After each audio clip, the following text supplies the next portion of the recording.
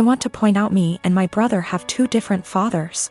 I lost my father last year to cancer. He left me 90% of his stuff, including his family home that was left to him by his dad. It's been in their family for over 100 years.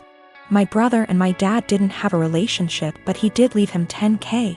My mom was pissed at the will reading, but since she got $10K she couldn't do anything about it. For the past year me and her live okay together. She went on acting like it was her house like before, which I had no problem with, till in May my brother and his girlfriend moved in without even asking me.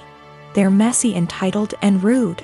I told them in July I want them out by September because they don't pay for anything nor wash a dish. In August they announced they were pregnant and my sil smugly said, "Guess we won't be moving out now." It didn't go down well, but when I told them I wanted them out, my mom and brother basically laughed in my face. Well, the past few months have been hell. They become worse than before, and my mom enables it, then demands me to treat my sil like a princess because she's pregnant. I once had to wait outside McDonald's till they opened to get her a McMuffin. Well, here where I may be the asshole.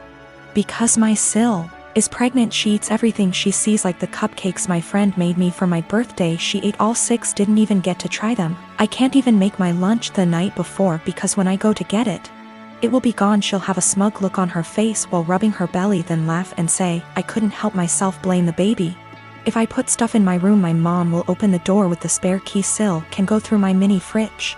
Well, a week ago I was running late to collage. I didn't have time for my breakfast or to make lunch, and I had to go to work straight after, so all I had that day was a bar of chocolate. When I got home I was starving. I made myself dinner. While it was cooling down I went to use the bathroom. I must have been in there 10 minutes at most. By the time I came out she had 70% of my dinner ate, and I literally lost my shit. Of course she started crying. My mom and brother started screaming at me for making her cry, making excuses, like how she couldn't help it and it was my fault for leaving food around her. Well, I had enough. I told them get out, just like before I got mocked. But here's the thing, back in October my uncle offered me a life-changing amount of money for the house. I called him up crying a few days ago explaining the situation. He said he'd buy the house, but he will evict my mom and brother. The OFC didn't take it too well, and I have had to stay with a friend. I've been receiving texts and I'm being tagged in multiple posts on social media. I'm starting to think I'm the bad person now. So for making my mom and brother homeless? If I sell the house to my uncle I will lose 100K, but he's always been good to me. And it's one of those situations where I'd sleep better knowing it's gone to someone in my dad's family. My mom told me because of my age I wouldn't be taken seriously if I tried to evict them. If I evict them and continue to live in the house along with the high financial costs, I don't think they'd ever let me live in peace. My mom has health issues and my sil will have to move in with her parents. They won't allow my brother, so I'd be splitting up a young family, in my mom's words. My ex and I divorced 3 years ago. She was cheating, but at this point I don't care about the relationship anymore. The pending lawsuit has nothing to do with her or him, but rather their actions. My ex and I have a son 13M that we split time with 50//50. He's a great kid. That interests have changed a lot tbh, as I imagine more kids / teenagers tend to do through the years. One thing my son was heavily into at some point was Legos. He used to play with them all the time, and personally I think they're a great toy for different reasons. I used to love playing them with him, and to this day I still collect boxes that I leave unopened as a collection. Well, when my ex and I divorced she got with someone who loved Legos more, I guess. From what I know he loves making creations and building the sets in. I don't care. Seems cool. He does one thing I think is very, very weird. He uses crazy glue so the sets can't break or pieces can't be lost. It seems so weird to me. The issue is, I was out of town for all of 3 days last week for medical reasons. And my son wanted to get his PS4 so he could play it at his mom's. This isn't out of the ordinary at all, and he has a key, so he let me know he would be stopping over for it. I told him to have fun when I saw him on the entry camera. My wife's husband was with him, which was a no-no. I told him via speaker to not go in and to wait on the porch. He flinched but walked in anyway. I sent my ex a text telling her to call him and tell him he's 1 minute away from a cop call. He left my home with a bag in hand, which I didn't think much of because my son had his games too. Well, my son texted me later that evening and said he didn't know it at the time, but he's pretty sure SD took some of my sets. These are all old sets and 2 are worth big money. When I got home I confirmed the missing sets and called my ex. She had no idea, but he admired he took them, but it was so son could have the sets to complete his collection. My son doesn't even like Legos anymore and told his mom he wouldn't steal from me. My wife asked how much it would cost to replace them, and unfortunately it's more than their savings. Actually, it would take their house down payment plus more. I told them if they didn't pay in 2 weeks I was suing and pressing charges. The price in the sets makes it a felony. My ex and her husband are saving for a house which would give my son more space when he's there. But those sets were going to help pay for his education someday or a home of his own. I filed the police report and have talked to a lawyer, and we're moving forward with the suit. Everyone is calling me a joke because they are just toys, but I don't get it. They are worth real money. I'm not rich, guys. I needed those to help with my son's future, but again taking this money does deny my son things at his mom's house. A while back, my brother married a woman who had an 11-year-old son named Billy. A year later my sister-in-law gave birth to a little girl. 2 years later, she gave birth to a boy. Billy, who was 14 by this time, was treated like an outsider. My sister-in-law and brother saw him as a burden who spoiled their picture-perfect family.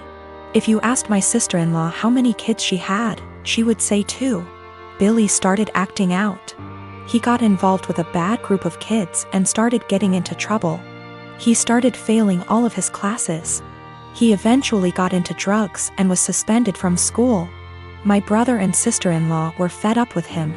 I asked my brother if Billy could spend the summer with me and my husband. We have a hobby farm and I thought maybe getting away from his life for a while could help him some. Well, they were more than happy to get rid of him, my SIL's words. It was kind of rough the first few weeks. He had a lot of anger issues. But my husband kept his hands and mind busy doing work on the farm. And we both made sure that he knew he was loved and wanted. By August, he was a totally different kid. He wanted to keep living with us, but my sister-in-law insisted that he come home. After 2 months, he went back to his old ways due to his parents' indifference. They ended up sending him back to us, and he lived with us throughout high school. He ended up being an A/B student and kept with a really great group of kids. He got involved in baseball and got a scholarship to a local university. He's 22 now and is in his last year of school. He's engaged to a really great girl. When he was 16 he started calling me mom, and he started calling my husband pops. He never really had much to do with his mom, and he had nothing to do with my brother. He saw them on holidays when the whole family came over. His mom has tried to have a relationship with him the past few years, but he has avoided her. On Christmas, sister-in-law was over, and for whatever reason, she opened my desk drawer and found a birthday card from Billy where he said, "To the best mom ever. Thanks for loving me and giving me a chance." She was devastated. She ended up texting Billy, confronted him and asked him if she would be presented as mother of the groom at his wedding.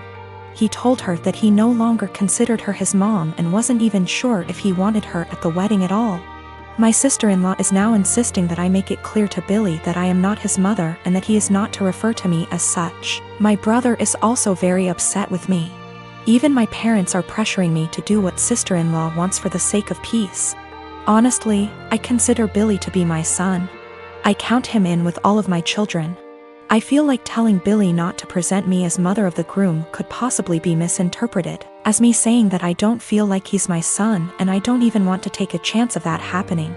If he decides to present his real mom as mother of the groom, I will 110% support him. I have zero desire to tell Billy not to call me mom, and I absolutely won't do it because I know it would destroy him, and it would kill me.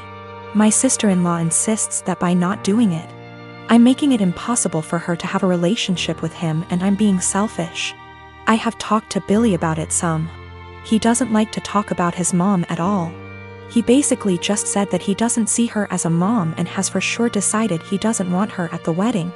I understand and respect that. Dan and I have been married for 3 years and 8 months ago welcomed our amazing son into the world. He was very planned and wanted, and motherhood had been transformative for me. I was able to take for 1/2 months maternity leave before going back to work. Without going into too many details, we both work white-collar jobs that require professional attire. A normal workday look for me is a skirt or pair of slacks, a silk blouse, pumps or boots depending on the weather. But always with a heel because I'm 5'0", maybe a blazer if I have a big meeting. Dan wears a suit almost every day. I also style my hair and do some makeup for work every day. This is what I wore before our son was born and what I continue to wear. Dan and I are pretty even in sharing parenting duties. I tend to take mornings because I'm more of a morning person than Dan. A normal morning for me starts early, short workout, shower, get baby up, get baby ready and baby off to Dan because the daycare is on Dan's way to work. I'm normally dressed at the tail end of this process, but I keep my robe on over my clothes in case my son wants to give my outfit something to remember him by on our way out the door. For the last month or so, Dan has been more irritable than normal in the morning. There have been side comments if he gets up and I'm drying my hair or getting dressed. Basically, if I'm not 100% focused on my son in the AM. Our son is happy playing and supervised, so I just chalked it up to morning moodiness, but it's been getting worse. Last night, I brought it up in what I thought was a neutral, non-confrontational way. Basically, his answer was this: his mom was 100% a mom after her kids were born. She gained a fair amount of weight after she had kids and never tried to lose it. She wore sweatpants every day and works a job where she wears a uniform, so if she wasn't in her work uniform she was in sweats and a t-shirt. She never did her hair or makeup. Her entire identity was being a mom, and she shared with me how hard it was to watch her kids start their own lives. Dan thinks I don't care about our son as much as he does since I worked on losing the baby weight and still put effort into my appearance. I feel like keeping this part of my identity actually helps me be a better mother. I love my son, but I'm still me and I still have the things I like to do. Dressing well my identity actually helps me be a better mother. I love my son, but I'm still me and I still have the things I like to do. Dressing well, blowing out my hair and doing my makeup are therapeutic to me. Now that being said, my son is my life, and if I knew that not doing those things but guarantee him a happy, healthy life, I would stop immediately. I told Dan that my son and I have our morning routine and he gets lots of time and attention before I go to the office. Dan said he wasn't looking to fight, but he just wanted me to think about my priorities and my time management.